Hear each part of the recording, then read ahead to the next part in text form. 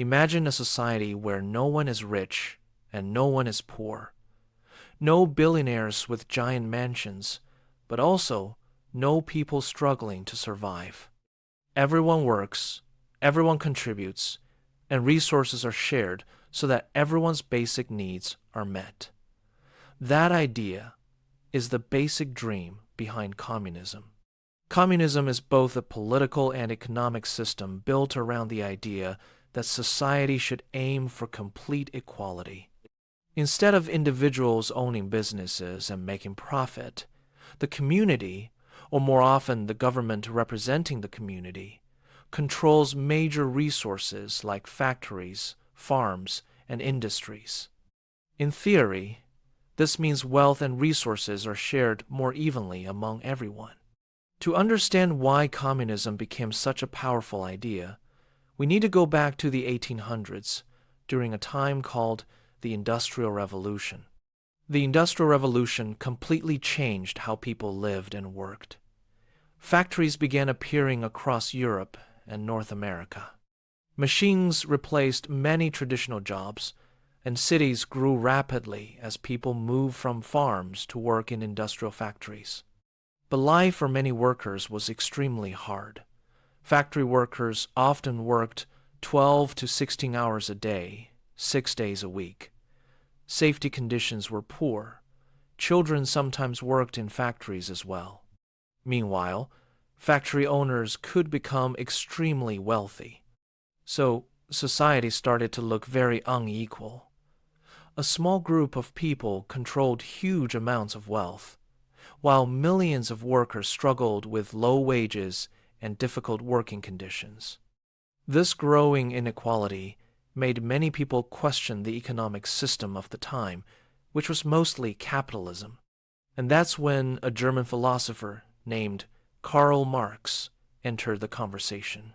Karl Marx, along with his collaborator Friedrich Engels, studied how industrial societies were changing. In 1848, they published a famous political document called the Communist Manifesto. In this book, Marx argued that history was shaped by class struggle, the conflict between different groups in society. According to Marx, capitalist societies were divided into two main classes: the bourgeoisie, who owned businesses and factories, and the proletariat, who were the workers. Marx believed that as inequality grew, workers would eventually rise up and create a new system where the working class controlled society. In this new system, private ownership of major industries would disappear.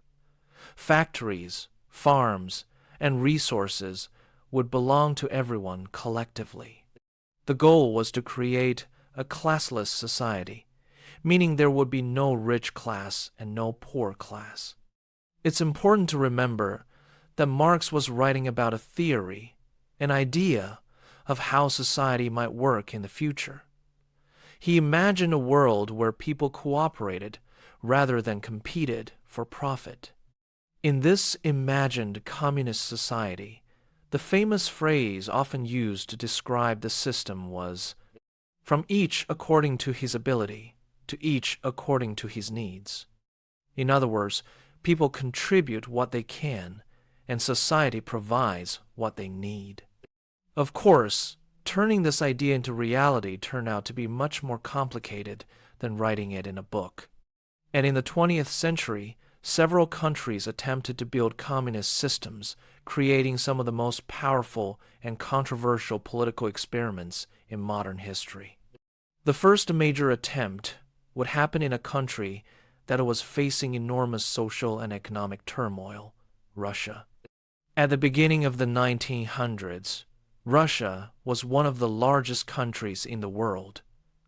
But politically, it was still ruled by its Tsar, which is basically a Russian emperor.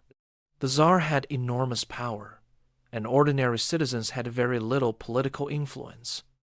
At the same time, Russia was facing serious problems. Many people were poor, working conditions were harsh, and the government struggled to modernize the country. Then things became even worse. In 1914, World War I began, and Russia joined the conflict. The war placed huge pressure on the country's economy and military.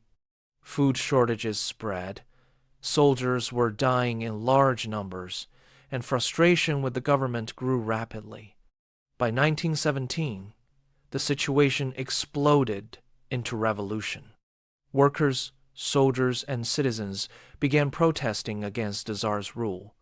Eventually, the monarchy collapsed, and the Tsar was forced to step down. But removing the Tsar was only the first step. Soon another political group called the Bolsheviks, led by Vladimir Lenin, seized power. Lenin was strongly influenced by the ideas of Karl Marx and believed Russia should become a communist state. The Bolsheviks promised major changes. They promised land to farmers. They promised peace after the war. And they promised a government that represented workers and ordinary people. After gaining control, Lenin's government began transforming Russia into the world's first communist state, which later became known as the Soviet Union. Under the new system, private ownership of large businesses was eliminated. Factories, industries, and farms were placed under government control. The government also created central economic planning, meaning the state decided what products should be produced, how much should be produced, and where resources should go. In theory, this system was meant to eliminate inequality and create a more balanced society. But in practice, it brought many challenges. Running a large economy through government planning turned out to be very complicated. Without competition between businesses, innovation sometimes slowed down. Shortages of certain goods could occur because production decisions were made far away from everyday consumers. And politically, the Soviet Union gradually became a highly centralized state with limited political freedom. Despite these issues, the Soviet Union became a major global power during the 20th century. After World War II, it controlled large parts of Eastern Europe and influenced communist movements around the world. Communism had moved from theory to reality, and it was about to shape global politics for decades. Because soon the world would enter a long and tense rivalry between two very different systems, communism and capitalism. After the Russian Revolution, communist ideas began spreading beyond Russia. Some people around the world believed communism could create fairer societies. Others worried that it threatened political freedom and economic growth. This disagreement eventually helped create one of the most famous political rivalries in modern history, the Cold War. After World War II ended in 1945, the world was largely divided into two major political camps. On one side were countries influenced by capitalism, led mainly by the United States. On the other side were countries influenced by communism, led by the Soviet Union. These two systems represented very different visions for how societies should work. Capitalist systems emphasized private business, market competition, and individual economic freedom. Communist systems emphasized state control of major industries and the goal of economic equality.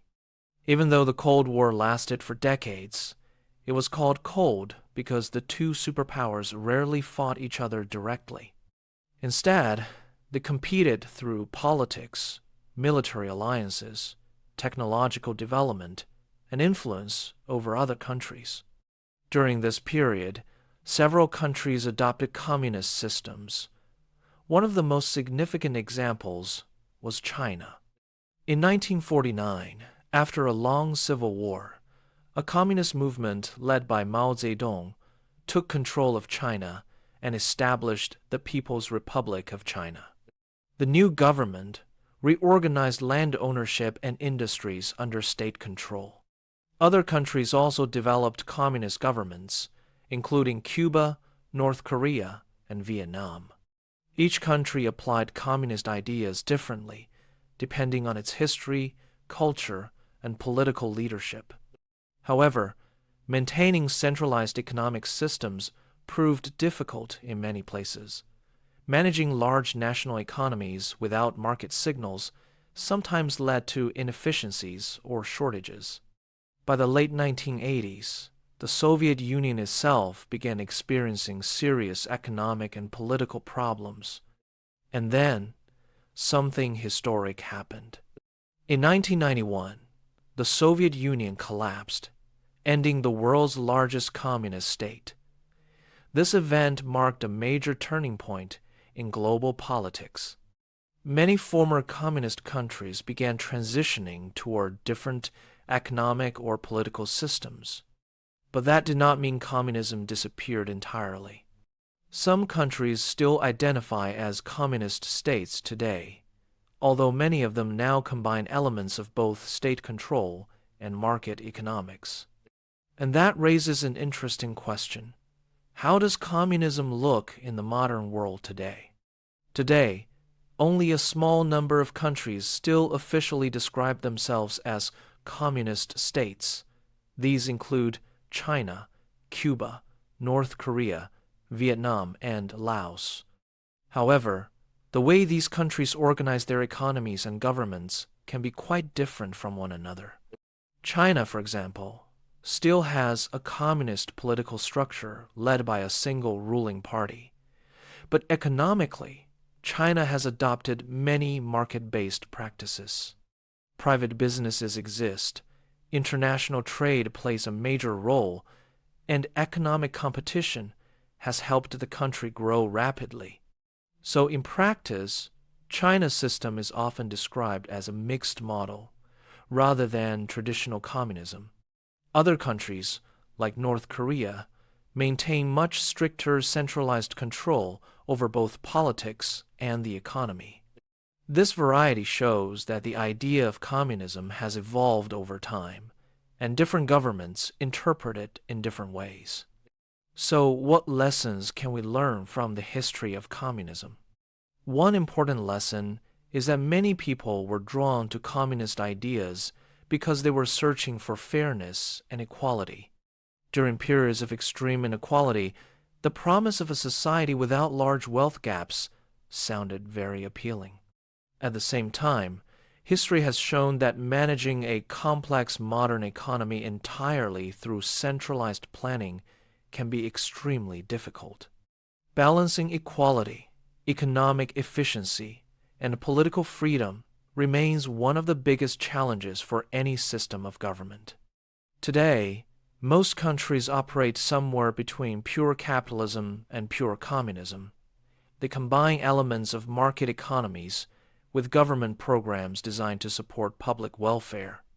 In other words, the real world often works in blended systems rather than perfect theories.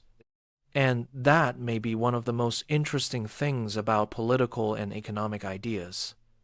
Theories can look simple on paper, but real societies are complicated. Still, communism remains one of the most influential political ideas in modern history.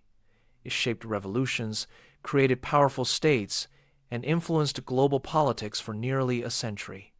And understanding communism helps us better understand how different societies have tried to answer one of humanity's biggest questions. How should wealth, power, and opportunity be shared in a society?